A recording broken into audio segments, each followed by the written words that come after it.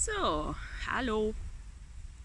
Ich dachte, ich mache mal ein Spontan-Video, weil so richtig komme ich gerade nicht hinterher, irgendwelche geplanten Videos zu machen. Aber ich wollte zu dem Thema eigentlich schon lange ein Video machen. Es ist nur wieder hinten runtergerutscht.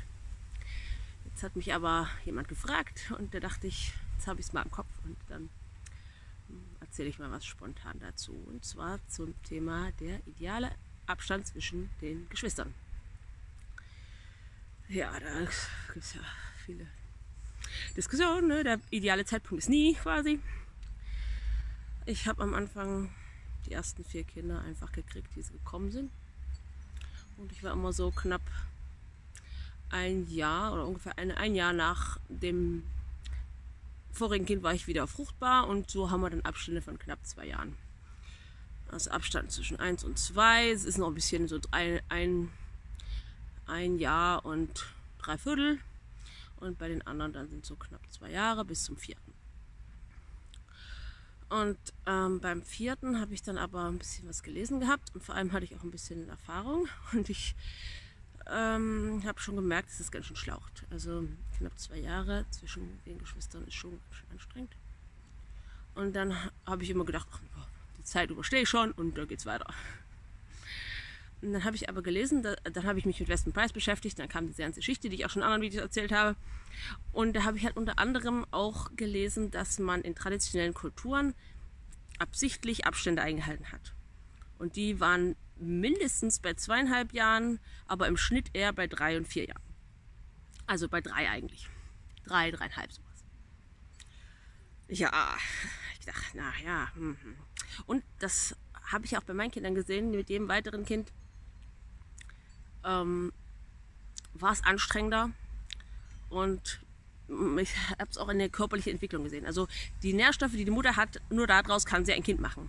Und wenn sie vorher schon Nährstoffe für ein Kind gegeben hat, durch Stillen und Schwangersein, und nicht die Zeit hatte, das aufzufüllen wieder, dann kann das Kind, das danach kommt, natürlich nicht aus dem gleichen Nährstoffvorrat schöpfen. Und das war mir vorher nicht so bewusst. Ich dachte, wenn der Körper wieder fruchtbar ist, dann ist er auch soweit. Das habe ich so angenommen. Ne? Aber ich habe bei meinen Kindern gesehen, dass man das schon sieht. Ne? Also die Kiefer werden dann schmaler und weil einfach die Nährstoffe nicht so da sind. Und Weston Price hat das sehr schön dokumentiert auch und andere auch. Gibt es ja auch Statistiken dazu, dass bestimmte Altersabstände, also sehr kurze Altersabstände eben mit einer erhöhten Komplikationsrate in der Schwangerschaft und mit mehr Fehlgeburten und Frühgeburten und so verbunden sind und mit mehr Schwangerschaftskomplikationen. Also ich habe das dann schon eingesehen und auch gemerkt an mir selber, dass meinem Körper ein längerer Abstand gut tun würde und dass es auch meinem zukünftigen Kind gut tun würde. Also haben wir dann geplant 3 Jahre Abstand ungefähr zum nächsten, also zwischen Nummer 4 und 5 sind knapp 3 Jahre. Länger haben wir es da nicht ausgehalten. Ja, dann kam Nummer 5 ungeplant mit dem kürzesten Abstand, den ich je hatte, hinterher. Das waren dann nur 19 Monate und das fand ich schon echt heftig. Also da machen so ein paar Monate echt schon so viel aus. Also ich fand ja schon knapp 2 Jahre ganz schön straffes Programm. Aber 19 Monate, also ist ja ein bisschen mehr, 1,5 Jahre, das ist schon, man hat ein Kind, was eigentlich selber noch Babybedürfnisse hat und dann noch ein Baby. Und das ist halt, du musst dich halt ständig zerteilen, nachts wie tags. Und das schlaucht echt. Ja. Und das war ja auch nicht so geplant und naja, ich habe eine Weile mit mir gehadert, aber es war halt so. Und der ist ja auch ein ganz süßer und ja, genau. Und jetzt wollte ich ja wieder im Herbst schwanger werden. Und mein Mann wollte aber immer nicht. Aber im Juli, glaube ich, ja, im Juli hatten wir eine Eheberatung. Und da kam das Thema auch auf. Und da war er dann plötzlich in dem 7. Kind gar nicht mehr abgeneigt. Und das Interessante bei ihm ist auch, er ist einem nächsten Kind oft so lange abgeneigt, bis es einen gewissen Abstand hat. Also bis das jeweils jüngste Kind ein bestimmtes Alter erreicht hat. Und dann fängt er an, ja, so ein Baby. Also er hat das auch irgendwie so mehr so intuitiv im Gespür, habe ich manchmal Ich habe manchmal den Eindruck, er ist dann sehr krass, nö, kein Kind. Und dann irgendwann, ah ja, doch, ein Kind. Aber ja, ich finde das interessant, das zu beobachten, wie das bei ihm ist. Ja, genau. Also eigentlich wollte ich am Herbst erst, weil ich will den Abstand, man wollte ja einen Abstand von 3 Jahren.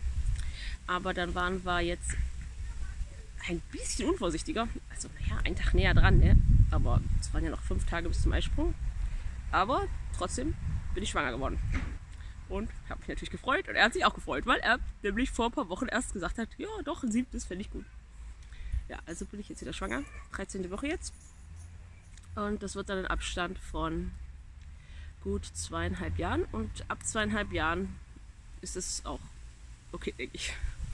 Also eigentlich wäre länger warten besser gewesen. Ne? Aber ich bin ja dann auch so um Eisprung rum, muss ich unbedingt jetzt sofort ein Kind haben. Und es ist eigentlich ganz gut, wenn er dann sagt, nö.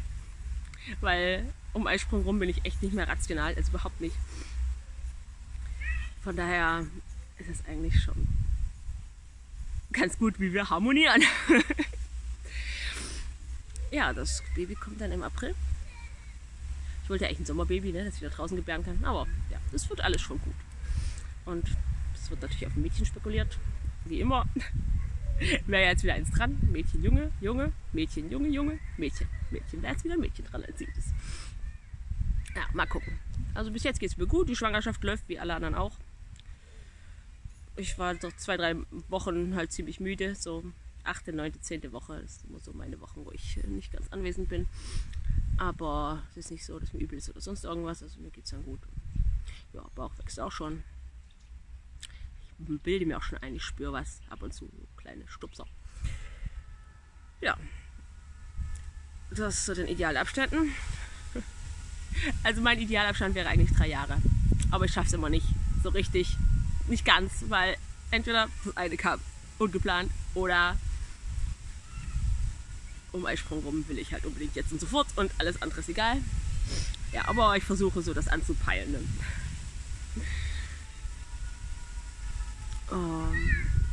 Laut irgendwelchen Statistiken, die ich gelesen habe, ist wohl dieses Zeitfenster zwischen 2,5 Jahren und 5 Jahren ideal als Geschwisterabstand. Also wenn er größer ist als 5 Jahre, dann nehmen irgendwelche Komplikationen auch schon wieder zu. Warum auch immer, kann mir auch nicht erklären.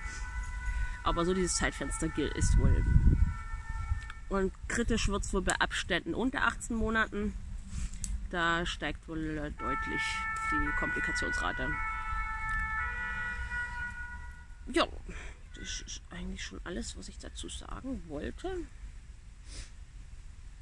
Ich achte natürlich auf meine Ernährung auch. Ne? Die Nährstoffe müssen irgendwo herkommen. Zeit ist das eine und irgendwo müssen die Nährstoffe herkommen. Also Ernährung ist das andere. Ja, und damit fahre ich eigentlich ganz gut. Also ich kann das auch an den Kindern sehen, die ich geboren habe, seit ich auf Ernährung und Nährstoffe und so weiter achte. Die brauchen sicher mal keine Zahnspange, wie ich jetzt eine habe.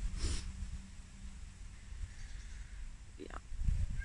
Aber also bei dem, wo die Abstände so ganz klein sind, zwischen 5 und 6, also bei 6 habe ich es halt daran gemerkt, dass er im ersten Lebensjahr schon infektanfälliger war. Das ist eigentlich das Einzige, was ich bei ihm gemerkt habe. Ansonsten habe ich bei ihm eigentlich nichts gemerkt, was jetzt auf den geringen Abstand hindeutet. Ja.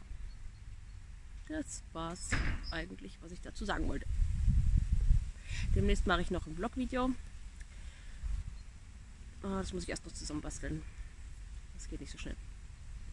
Okay, bis dann. Tschüss.